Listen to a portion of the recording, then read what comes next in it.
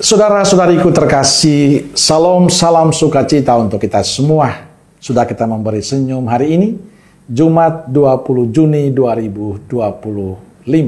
Hari biasa, pekan biasa ke-11. Kita awali permenungan kita dengan tanda kemenangan Kristus dalam nama Bapa dan Putra dan Roh Kudus. Amin. Permenungan kita diambil dari Injil Matius bab 6 ayat 19 sampai 23.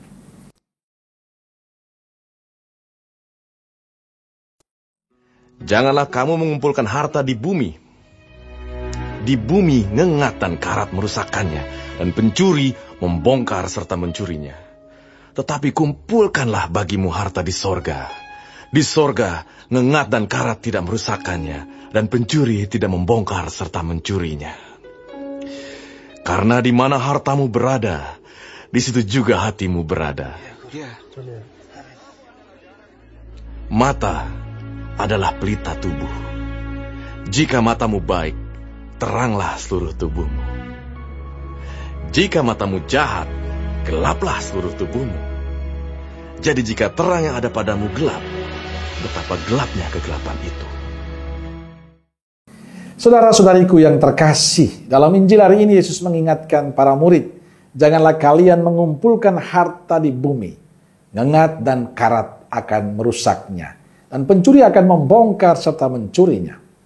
Tetapi kumpulkanlah bagimu harta di surga.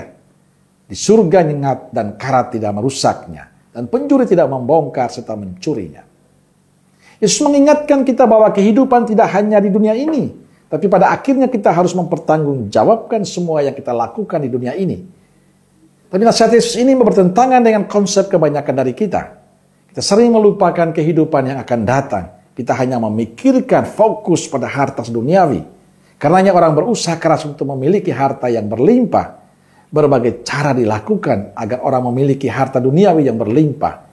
Banyak yang memiliki harta yang berlimpah melakukan tindakan yang tidak baik, yakni korupsi, mengorbankan sesama yang lain, menggunakan berbagai cara yang tidak halal. Pertanyaannya lah, apakah harta duniawi itu yang membuat kita bahagia? Hanya itukah yang membuat kita bahagia? Atau ada harta lain yang membuat kita lebih bahagia? Dan Injil hari ini memberikan jawaban bagi kita. Yesus mengatakan harta duniawi akan dirusak oleh ngengat, karat, dan pencuri akan membongkar dan mencurinya. Tapi ada harta yang tidak akan rusak oleh ngengat, oleh karat dan pencuri, yakni harta surgawi. Harta surgawi adalah sikap dan perbuatan baik kita setiap hari. Tutur kata kita yang baik, relasi kita yang intim dengan Tuhan. Sikap dan perbuatan kita pada sesama. Ketulusan kita, kesetiaan kita, kepedulian kita, perhatian kita. Itulah harta surgawi yang perlu kita terus perjuangkan dalam kehidupan kita.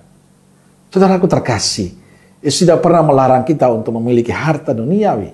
Yesus tidak pernah melarang kita untuk kaya, karena itu kebutuhan kehidupan kita. Karena itulah yang membuat kita hidup bertahan dalam kehidupan dunia ini. Hanya perlu diingat bahwa tidak hanya itu yang kita kejar dalam kehidupan kita. Itu semua hanya sementara dan pada saatnya habis. Tapi kita berjuang untuk mendapatkan harta surgawi. Karena itulah Yesus mengingatkan kita supaya selama kita masih hidup tidak hanya mengumpulkan harta duniawi, tapi teruslah memupuk harta surgawi lewat sikap dan perbuatan baik kita. Pelayanan kita, perhatian kita, relasi kita dengan Tuhan. Supaya pada saatnya nanti kita mampu mempertanggungjawabkan semua kepada Tuhan. Dan bila kita menghidupi harta surgawi dalam kehidupan kita, surga tempat kita. Amin.